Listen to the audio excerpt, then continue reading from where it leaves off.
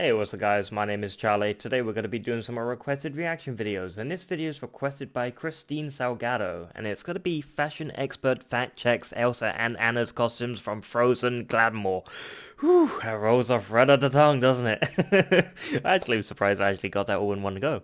It's going to be quite fascinating. I'm not much of a fashion person, as you've kind of suddenly realized, because I've been wearing the same sort of hoodie and fluffy beanie hat for the past year on my channel every single day.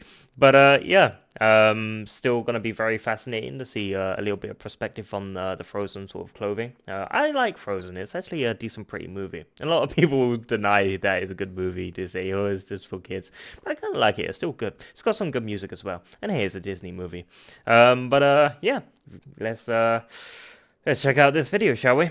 Let's go. Anna, and this is Elsa.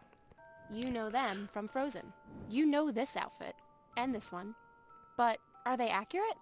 We got this fashion historian. Hi, I'm Raisa fashion Britannia, historian. and I'm a fashion historian. She's going to walk us through what Disney got right and what they got wrong about these dresses. They're never First, 100% let's establish accurate. the time period. Frozen is set It's a in Disney movie. 1840s Norway. That's specific. We know it's Norway because there are fjords. Anything else? The town of Arendal is named after the Norwegian town Arendal. So why the 1840s? In the short Frozen Fever, we see a map. On the top left corner, you see Roman numerals that say 1840. MG, wow. Frozen is based on the story The Snow Queen, which The was written Snow in Queen. 1844. Let's start with Elsa's iconic Ice Queen look. Okay. So this dress is Very total glamorous. fantasy. So could we just rewind a bit? Okay, here's her coronation gown. For most of the 19th century, Norway and Sweden were united. And we actually know who the queen was, and that was Josephine of Leeuwenburg.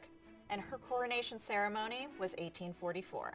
So what's inaccurate about Elsa's coronation? I like the look? dress though, it's quite Right off nice. the bat, I noticed that the silhouette is way too narrow. Because at this time period, skirts were pretty full. Yeah, And they're I'm like not French really sure what's happening with those sort of sleeves, dresses. but long sleeves wouldn't be worn at night. So this is not accurate. Let's draw Elsa's coronation gown. They had some from the weird designs undergarments back in the up. day. First up, the underwear. So the first thing she'd be wearing would be a chemise, and underneath she would Chemise. also be wearing drawers. The 1840s saw the popularization of split-crotch drawers. These are two separate pieces of fabric. These reached below the knee and were secured by a ribbon. This is Jesus. the beginning of what we think of as modern underwear. The next layer, The things they did back in the A day, woman would to wear wear all this stockings stuff. called strumpa in Norway. What we have here is an original design for a stocking, Well, I and you kinda can like it. really see that there are these floral motifs crawling up the leg. next up, the corset. Corsets were essential for hundreds of years, but in the 19th century they were think distinctly they were like French. hourglass shaped. The 1840s saw the beginning of a practice called tight lacing, which involved tying your corset really tight. The goal was meant to have the smallest waistline possible. even Yeah, if it like meant a not hourglass. breathing. Here's where the silhouette starts to diverge from the Disney Elsa. And then come the petticoats. See this dome shape here? It's created by It's like a layers bell. and layers and layers of petticoats. These petticoats were very heavy, upwards of 20 pounds. The bottom petticoat would likely be made of something called horsehair, which was really Ooh. stiff and helped to really stick out the silhouette. Quilted petticoats would be worn on top of that to help really smooth out that silhouette. The outermost petticoat was typically white, made of a cotton or linen, and this would be your nicest petticoat. On top of all of that, the ceremonial gown. Another As layer. we're talking about Elsa's coronation day, we're going to look at a very specific type of dress called a court gown. This here is the actual court gown that Josephine wore for her coronation Damn. in 1844. You can see quite a few differences. First of all, It's quite nice. the color. It's In quite most shiny. depictions of European monarchs, you see them wearing white coronation garb. And that's really because this is a religious ceremony, and so the white and the gold really creates this symbolism of purity and divinity. Yeah, I thought These this much. dresses were in three parts. The bodice, Just like the on wedding skirt, day or and something the like that, you train, wear the white which was dress. often detachable. It's all about... You can see that Elsa's wearing long sleeves, and that is definitely wrong for this kind of dress. Here you see an example of an 1840s day dress. It really should be a short, flouncy sleeve. And adding onto the train would be the cape. Oh, come on. More. This is actually How Josephine's much? coronation. It's too much.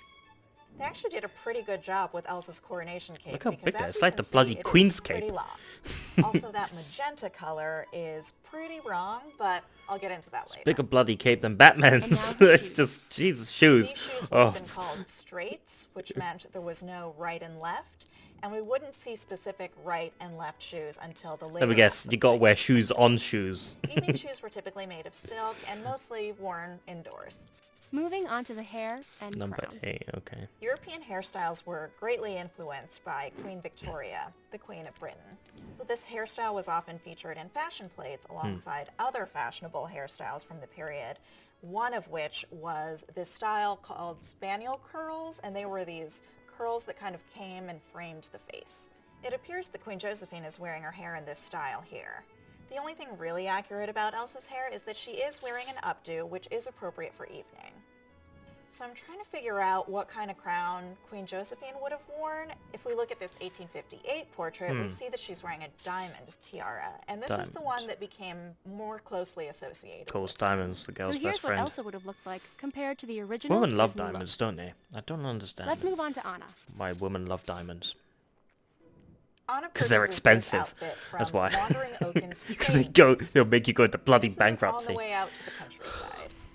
So was this accurate for the 19th century Norwegian countryside? The animators really took care to include elements from traditional Norwegian folk clothing. There's a specific Norwegian folk costume called the bunad. You may have seen pictures like this or this, and that's really what you think of when you think of Norwegian costume. And that is what the animators were going for with Anna's costume. Of course, Anna's costume isn't totally historical because, God. again, made-up kingdom. It's like The a main medieval. inaccuracies I see are really her boots and the color of that cape. So that's not totally accurate either. It's a Disney Now we're movie, going to nothing's draw accurate. every layer of this dress. The first layer is the okay. underwear. If Anna is wearing her own drawers from the coronation, we actually see a peek of them, and they do have a little ruffled edge at the end. So that's pretty accurate. Next up, the stockings. Pretty decent.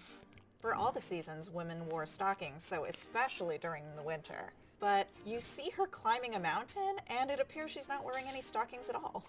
When I saw that peak of leg, I was like, come on, you guys! And then the corset. I really doubt that Oaken The had hourglass corsets in sort his of. shop, so I think we can assume that Anna was wearing her corset from earlier. Next, the petticoats. Petticoats were a product of modesty because they hid the woman's natural shape. Even seeing an ankle would be very scandalous in this time period. The next layer was the shirt. Skjorta is Norwegian for shirt. These vary region by region, but for the most part they were white and made of linen. This shirt is an actual skjorta from the mid-19th century, and you can kinda see that snazzy. it has very full sleeves, unlike Anna's. And then we have the next layer. The bodice to the traditional Norwegian costume is called the liv. The bodice was decorated with what is known as rusemåling embroidery. Anna's costume absolutely incorporates this type of embroidery, but the bodices varied from region to region and they came in many different colors. Jesus.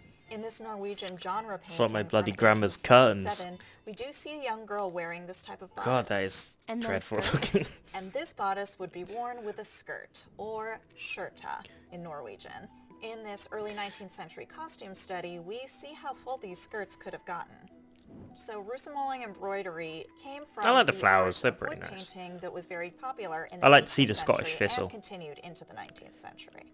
You can see a variety of different skirts here that have this really elaborate floral embroidery. Anna's embroidery is really graphic and streamlined, and I'll give them credit. They put the right embroidery in the right place. It just isn't as elaborate as it would have been, probably because of the medium we're working in here. Next up, the apron. Most women in the countryside would wear an apron to complete the costume. In some regions, a special kind of bag was worn at the waist, and that was called the veska. It would be fastened at the waistband and hang in the front, and it was a really visible part of the costume. Okay. So visible that often it was also embroidered. It's like a Scottish layer? pouch.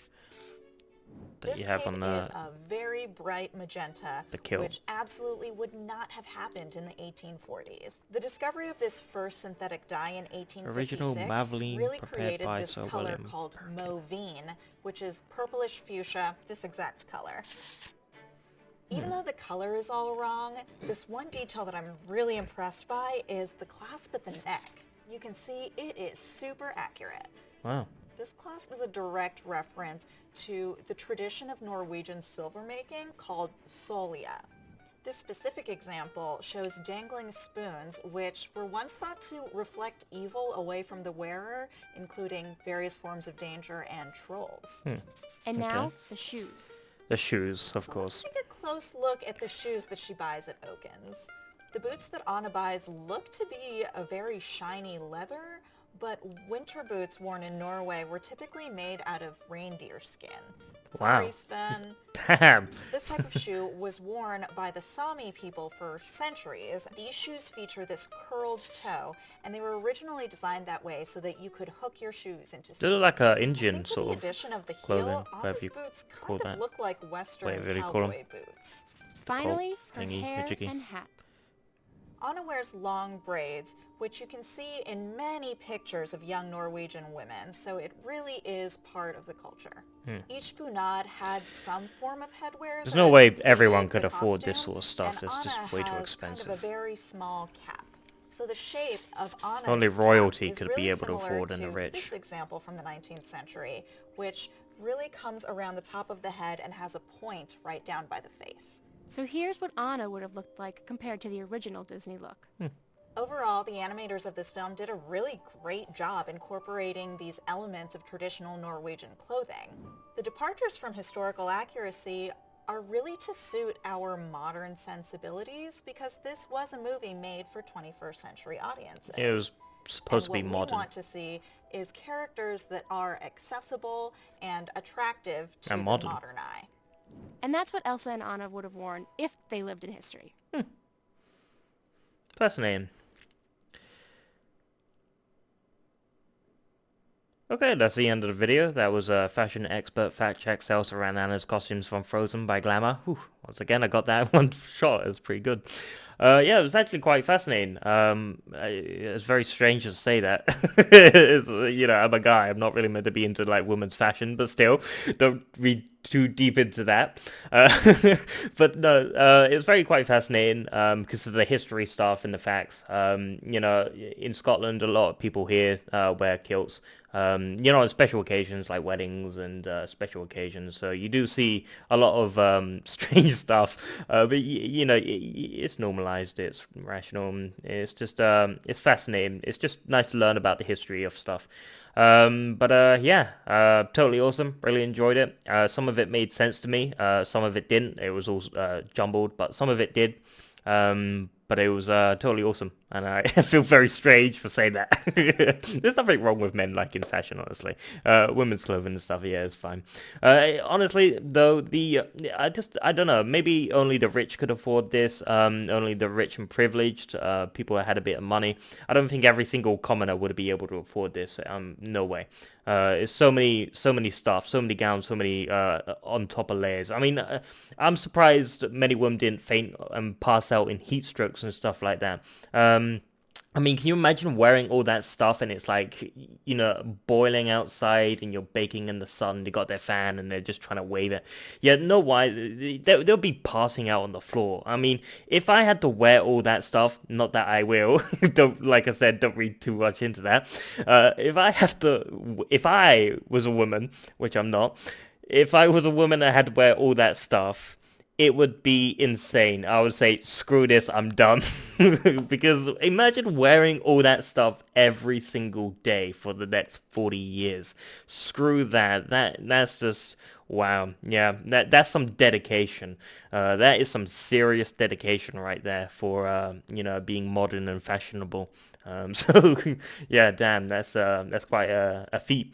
But yeah, if you like this video, make sure to give a like, comment down below, make sure to subscribe to my channel if you enjoyed my content, and don't read too much into this video. Peace out. Peace. Oh boy.